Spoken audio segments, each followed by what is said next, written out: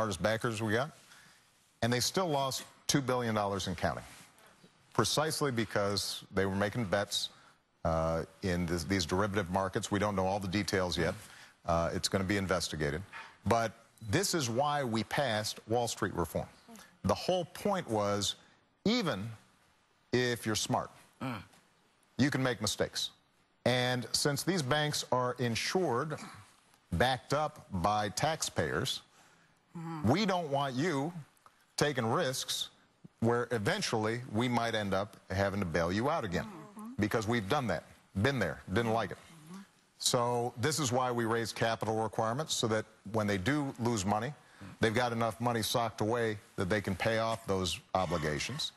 This is why we've put in place something called the Volcker Rule that says, you know what, if you are a federally insured supported bank, you can't make bets on your own trades with your own money that could end up resulting in $2 billion or $3 billion losses, because think about it, this is the best, or one of the best managed banks. Right.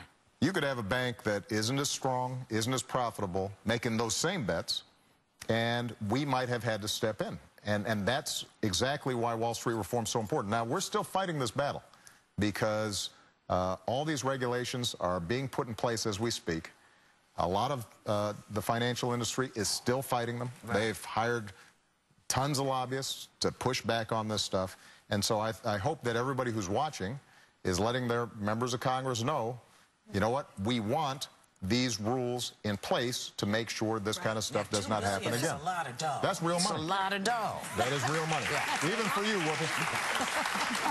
Specifically, though, Romney, are you kidding? Specifically, though, Mr. President, you have all of these things that are in place, some working, some not.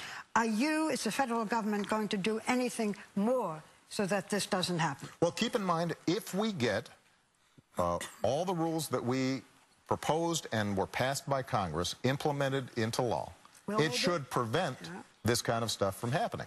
But this, again, is going to be part of what the election's about. We've got real differences here because Governor Romney, members, some of the Republican members of Congress, and the financial industry have been arguing that this is unnecessary, that this is impeding capital formation, it's making it harder to lend to businesses, et cetera. And what I've said is, look, we want a successful financial industry. That's always been one of the hallmarks of America.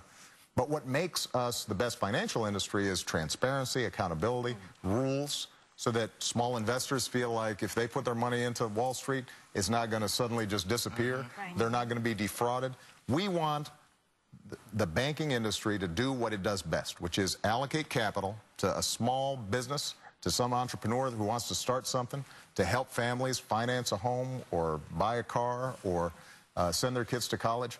That's what makes for a strong banking industry, and that's why, you know, you'll hear us talk about this during the course of the next 4 or 5 months.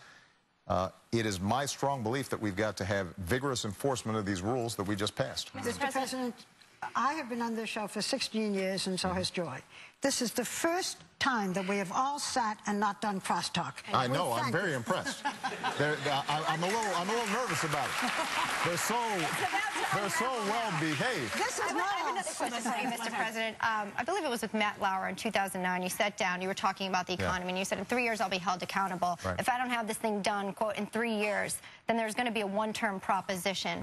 Admittedly so, in our first segment, you said that Americans are still feeling the hurt of this economy. So how do you grade yourself, honestly, in terms of how you've done in terms of economics in this country? You know, I won't give us a letter grade. I think it's still incomplete. We've